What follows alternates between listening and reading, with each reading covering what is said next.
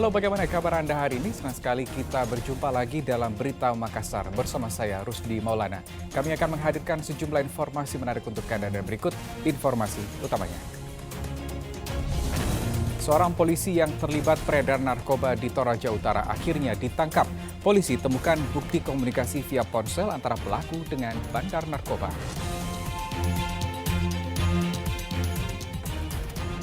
Ratusan calon jemaah haji di Kabupaten Pindrang tidak terdampak kenaikan ongkos naik haji yang ditetapkan oleh pemerintah.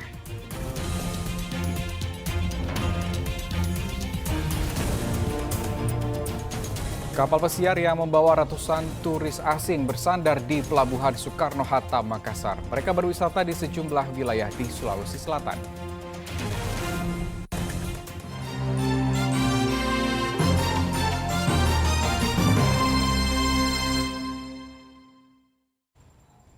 Tim pemadam kebakaran mengeluarkan seekor piton yang masuk kandang ayam di perumahan Lompoe, Kota Parepare. Diduga ular sepanjang 3 meter ini memangsa 2 ekor ayam milik warga.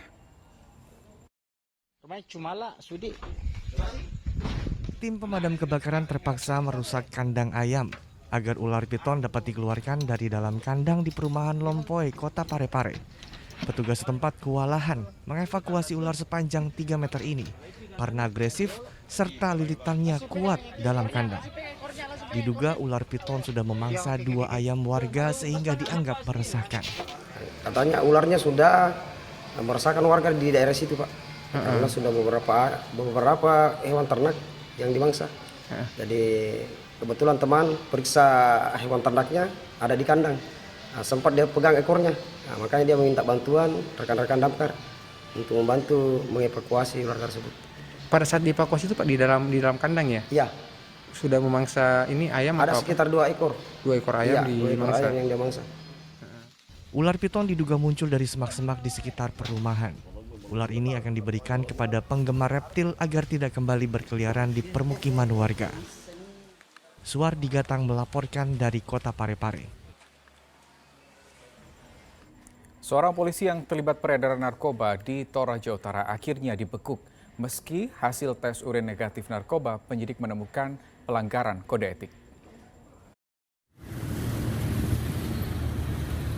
Penyidik Profesi dan Pengamanan atau Propam Polda Sulawesi Selatan bersama Kasih Propam Polresta Toraja meringkus seorang polisi yang terlibat peredaran narkoba di Toraja Utara. Selain menangkap 1 polisi, penyidik Propam juga memeriksa 9 saksi. Anggota Polres Toraja Utara ini sudah menjalani pemeriksaan tes urin dan hasilnya negatif. Meski negatif, penyidik menemukan pelanggaran kode etik. Pelaku sudah menjalankan aksinya sejak pertengahan tahun 2022 dari pengakuan bandar narkoba yang ditangkap. Ada bukti komunikasi via ponsel antara pelaku dengan sang bandar narkoba. Setelah pemeriksaan HP dan pemeriksaan bukti-bukti, saksi-saksi yang kita ambil baik tersangka yang memberikan informasi itu memang sudah berapa kali menyerahkan uang.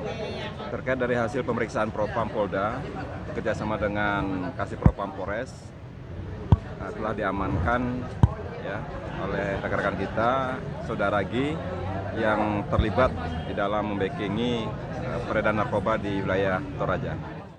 Terbongkarnya kasus ini setelah Tim Badan Narkotika Nasional Kabupaten atau BNNK Tanah Toraja meringkus 4 pemuda yang sedang pesta sabu-sabu di dalam rumah kos di Toraja Utara. Selain menangkap keempat pelaku, polisi juga menyita sejumlah barang bukti seperti 43,55 gram paket sabu-sabu siap edar senilai 42 juta rupiah, korek api sendok, sumbu pembakar, alat komunikasi, serta pipet plastik.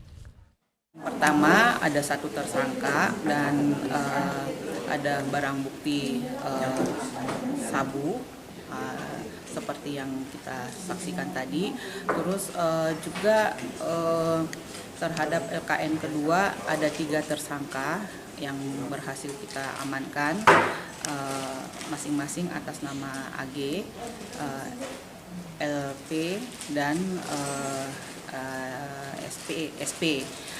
Itu ada 3 orang dengan barang bukti yang paling besar pada saudara AG yaitu 43 G dengan konversi sebesar 42 juta.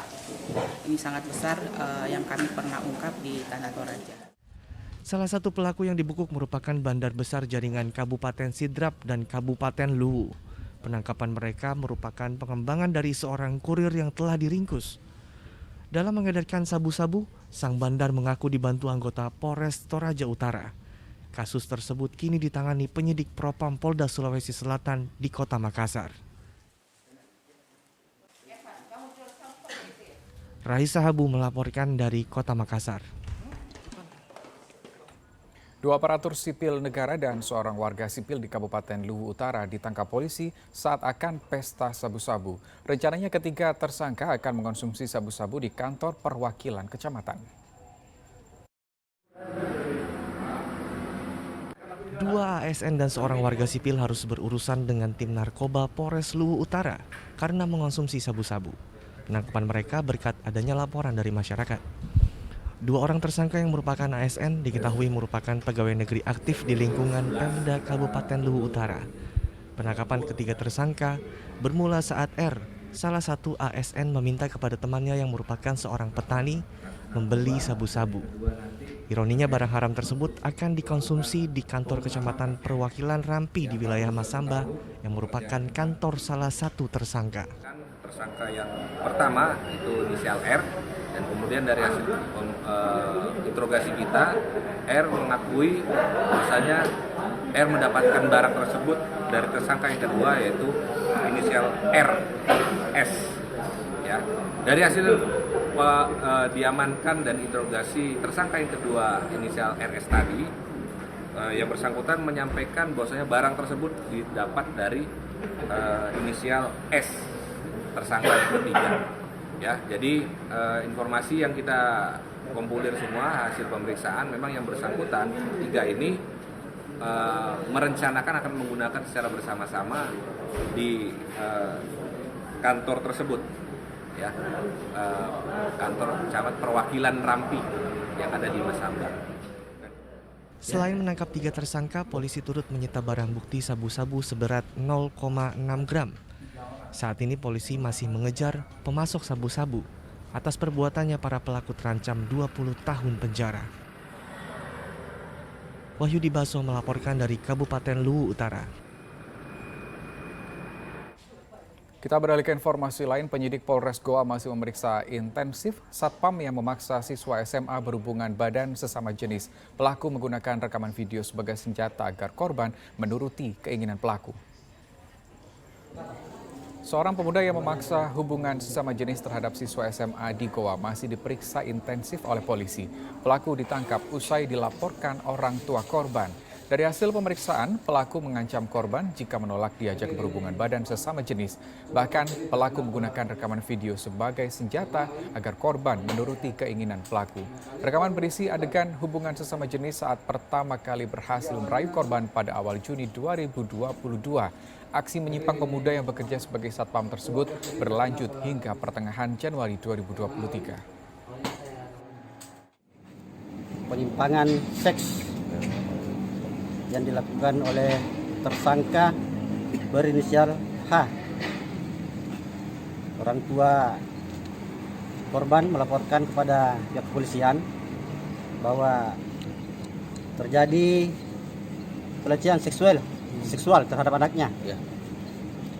Dan diduga peristiwa tersebut sudah terjadi dari tahun 2022, tepatnya di bulan Juni sampai dengan bulan Januari tahun 2023. Ya, mempersiapkan pemilu 2024, Badan Pengawas Pemilu atau Bawaslu Pusat melakukan rapat evaluasi tahunan di Kota Makassar. Salah satu masalah yang dibahas adalah politisasi suku, agama, dan ras yang masih tinggi. Badan Pengawas Pemilu atau Bawaslu Pusat bersama Bawaslu yang tersebar di 38 provinsi serta tingkat kabupaten dan kota melakukan rapat evaluasi tahunan di Kota Makassar. Dalam rapat dibahas sejumlah potensi kerawanan tematik pada pemilu 2024. Salah satunya politisasi suku, agama, dan ras yang masih tinggi. Bawaslu akan melakukan kerjasama dengan sejumlah tokoh agama guna mencegah politisasi suku, agama, dan ras. Pertama yang dikeluhkan adalah permasalahan waktu misalnya.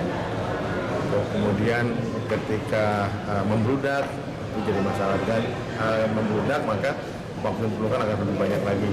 Yang ketiga, kadang-kadang pelamar atau yang ingin menjadi pengawas kecamatan dan pengawas desa itu menutupi hal-hal yang seharusnya diumumkan. Misalnya pernah jadi